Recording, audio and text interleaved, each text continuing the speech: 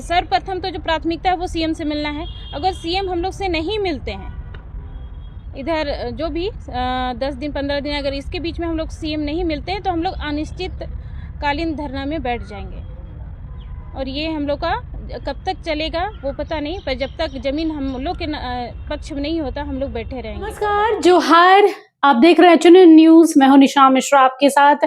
देखिए, रिम्स 2 नगड़ी वाला रिम्स 2 उसका विवाद अभी थमने वाला नहीं है, क्योंकि पूर्व मुख्यमंत्री चंपई सोरेन ने भी एक बड़े आंदोलन के लिए आह्वान और चेतावनी दोनों दे दी है। देखिए, लगातार नगड़ी के वो जो आदिवासी रैयत हैं वो मुख्यमंत्री हेमंत सोरेन से मुलाकात चाहते हैं कि एक बार हेमंत सोरेन उनसे मिले, उनसे बात करे, कोई बीच का रास्ता निकले। लेकिन यहाँ पर मुख्यमंत्री फिलहाल हस्तक्षेप नहीं कर रहे हैं और इसी वजह से ये जो किसान हैं वो लगातार नाराज हो रहे हैं और उग्र भी हो रहे हैं। यहाँ पर आज उन्होंने धुमकुड़िया में एक प्रेस वार्ता को संबोधित किया है और इस दौरान उन्होंने कहा है कि अगर मुख्यमंत्री हेमंत सोरेन 10 से 12 दिनों के भीतर उनसे बात नहीं करते हैं तो वो अनिश्चितकालीन धरने पर बैठ जाएंगे, फिर मनाना मुश्किल होगा। एक बार सुन लेते हैं। बता दें कि आदिवासी संगठन अलग अलग जगहों से आए थे, इसके साथ में वो आदिवासी रैयत भी थे जो नगड़ी से आए थे। एक बार सुनिए उन्हें। और आज हम लोग यहाँ पे ये नगड़ी के हैं हम लोग, और नगड़ी के साथ साथ ही इस नगरी में जो रिम्स 2 बन रहा है, सरकार करीब करीब अब तो लगता है कि बड़ी जोर शोर से पूरा फोर्स लगा करके वहाँ पे काम कर रही है। उसी को आंदोलन का तैयारी को लेकर के हम लोग ये करमटोली के धुमकुड़िया में बहुत सारे संगठन, जो पिछले बार जो संगठन हम लोग के साथ में थे, और वो सारे संगठन और हम लोग मिल करके आज यहाँ पर एक तैयारी को लेकर के ही हम लोग बैठक कर रहे हैं। और बैठक सारा बात विचार हो चुका है और इसमें ये है सारे संगठनों को एक आंदोलन कैसे होगा इसका जिम्मेवारी दे दिया गया है। और इससे पहले सबसे पहले ये बोलना चाहेंगे, बहुत पहले से ही आंदोलन जब शुरू हुआ तब से ही हम लोग कोशिश कर रहे थे, सारे ये से सरकार से मिलने का कोशिश कर रहे थे। बहुत लोगों से हम लोग मिले, आज तक नहीं हो पाया था कि ये हमारे जो मुख्यमंत्री जी हैं उससे नहीं मिल पाए थे हम लोग। लेकिन आज हम लोग ये पूरे गांव वाला ये सोच कर आए थे और ये बैठक में हम लोग ये मांग करते हैं कि एक बार हम लोग हेमंत सोरेन से मिल ले। और हम आग्रह करते हैं भी अगर ये आवाज़ उनके तक पहुँचे या तो न्यूज़ यहाँ तक पहुँचे तो एक बार ये जो काम हो रहा है कम से कम एक बार किसानों से मिल ले, हम लोगों का ये आग्रह है। और हम लोग एक बार मिलना चाहते हैं। पहले भी हम लोग प्रयास किए हैं मिलने का, लेकिन नहीं मिल पाए हैं मुख्यमंत्री जी। तो हम लोग अब फिर से हम लोग आग्रह करेंगे कि वो हम लोग से मिले, ये है। और आज पूरे संगठन को, पूरे आदिवासी समाज को हम लोग आह्वान के तहत हम लोग यहाँ पे बैठे थे कि पूरे समाज आज नगरी में जो रिम्स 2 के लिए 225 एकड़ करीब लूटा जा रहा है, इसमें उसमें आधा कुछ में लॉ यूनिवर्सिटी बन चुका है, उसके बाद उसी भी ज़मीन से रिंग रोड गुजरा है और बाकी ज़मीन में अभी जो रिम्स 2 बनाने का ये पूरे वहाँ पे 4-5 दिन हो रहा है, काम वगैरह हो रहा है, बड़ी ज़ोर से काम हो रहा है। हम लोग 2 दिन विरोध करने के लिए भी गए थे, लेकिन इतना फोर्स वहाँ पे भरा हुआ है जिसके वजह से हम लोग उन लोगों के साथ में उलझे नहीं। और हम लोग अभी इस बैठक में ही हम लोग इस निर्णय पे आए हैं कि अहिंसात्मक ये हम लोग वहाँ पे आंदोलन खड़ा करेंगे सारे लोगों का। और सारे लोगों को यह कह दिया गया है, देखिए आज केवल नगरी में ही ज़मीन नहीं लुटा रहा है, इस तरह का पूरे झारखंड में आदिवासियों के साथ में एक शोषण का एक सिलसिला शुरू हो रहा है और सारे जगह आदिवासियों को लूटा जा रहा है। और वहाँ पर विशेषकर ये पूरा का पूरा ये खेती की ज़मीन है, उसी खेती की ज़मीन से लोग जुड़ा हुआ है, पूरा अपना जीवन उपार्जन का एक साधन, मात्र एक साधन है। सरकार आज इस स्थिति में भी नहीं है कि सबको रोजगार दे पाए, लेकिन वहाँ का कम से कम वो खेत है तो लोग अब रोजगार ना भी मिले तो लोग वहाँ पर उस खेती से अन्न उपजा करके अपना बाल बच्चों को पालन पोषण कर सकता है। यही बात को हम लोग पूरे संगठन में बैठ करके आज हम लोग बातचीत किए कि आज केवल नगरी ही नहीं, आने वाला समय में आपके साथ में भी ऐसा होगा। इसलिए सारे संगठन आज हम लोग इस निर्णय पे पहुँचे हैं कि आने वाले कुछ दिनों में हम लोग निश्चितकालीन धरना पे बैठने वाले हैं और ये धरना लंबा चलेगा।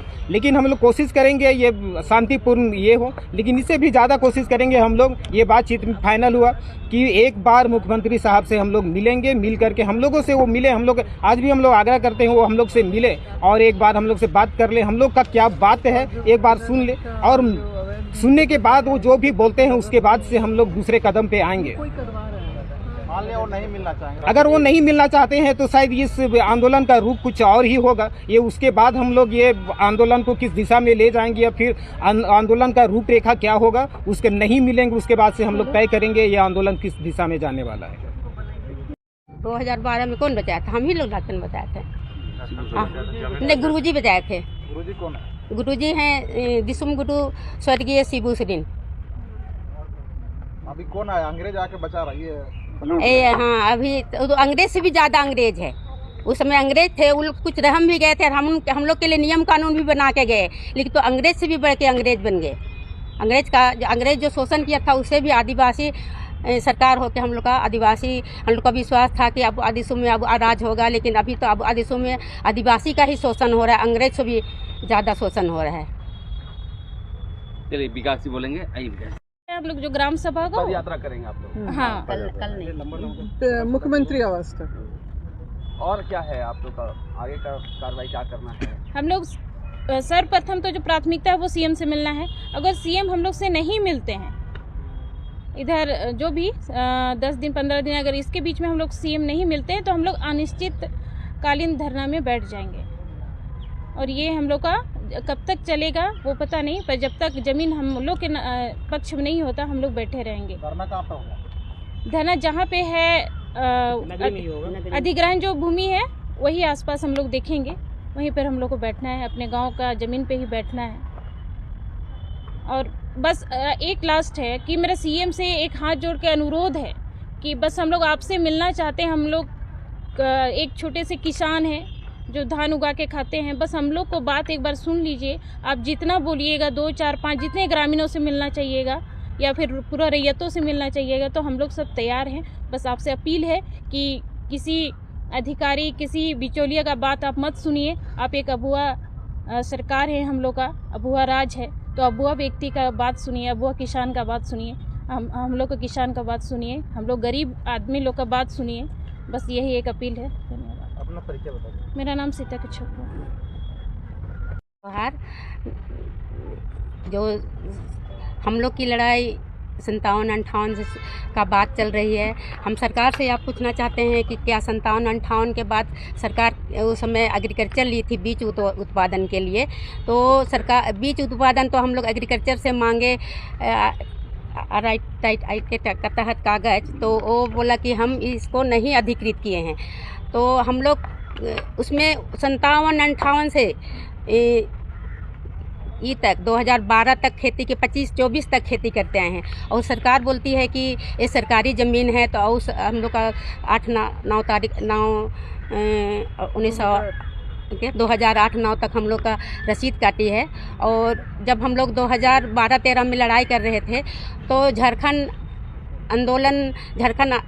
को अलग करने वाला आंदोलनकारी हम लोग का दिसुम गुरु शिबू सोरेन भी उस ज़मीन पे आके बोले थे कि हम लोग जब वहाँ पर बोले, स्टेज पे चढ़ के बोले कि जो तो रे ये आदिवासी का खेत है, आदिवासी इसको छीन नहीं सकता है। आज उनके बेटा जो अभी राज्य में शासन कर रहे हैं वो हम लोग को इस ज़मीन को लूटने चाहते हैं। वो ज़मीन हम लोग का एकमात्र खेती का साधन है, खेती आजीविका का साधन है, उसी से हम लोग जीते जाते हैं। अगर वो ज़मीन हम लोग का लूट जाएगा तो हम लोग को वहाँ रिम्स बन जाएगा। हम लोग विकास विरोधी नहीं है, रिम्स टू कहीं भी बन सकता है, हम लोग विकास का विरोधी नहीं है, लेकिन हम लोग का उस नगरी के उपजाऊ भूमि पर नहीं, ये ज़मीन हम लोग का आजीविका का एकमात्र साधन है। हम लोग भूमिहीन हो जाएंगे, हम लोग के पास एक भी ज़मीन नहीं बचेगा और हम लोग कहाँ जाएंगे। सरकार ये भी बता दे हम लोग को कि हम लोग का वो ज़मीन में अगर रिम 2 बनेगा तो हम लोग को कहाँ ले जाइएगा, कहाँ बसाइएगा।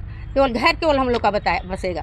और हम लोग वहाँ उतना किसान के बच्चे हैं, ज़्यादा पढ़े लिखे भी नहीं है कि उस दिन डीसी ऑफिस में बोल रहे थे अधिकारी लोग कि आप लोग को शैक्षणिक योग्यता के अनुसार नौकरी मिलेगी, तो उतना हम लोग का बल बच्चा भी पढ़े नहीं है। हम लोग को नौकरी भी नहीं चाहिए, पैसा भी नहीं चाहिए, केवल ज़मीन चाहिए।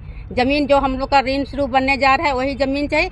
और उसके अलावे उस ज़मीन को भी मेरे पूर्वज लोग गढ़ा, पहाड़, जंगल, पर्वत को तोड़ करके बनाया। देखिए, हेमंत सोरेन का हस्तक्षेप करना अब जरूरी हो गया है। जी हाँ, रिम्स बनाने वाले वो जो बुलडोजर लेकर पहुंचे हैं, जो पूरा स्ट्रक्चर बनाएंगे हॉस्पिटल का, उनके और इन आदिवासी रैयतों के बीच में अगर कोई मतभेद मनभेद को दूर कर सकता है तो वो है सूबे के मुखिया हेमंत सोरेन।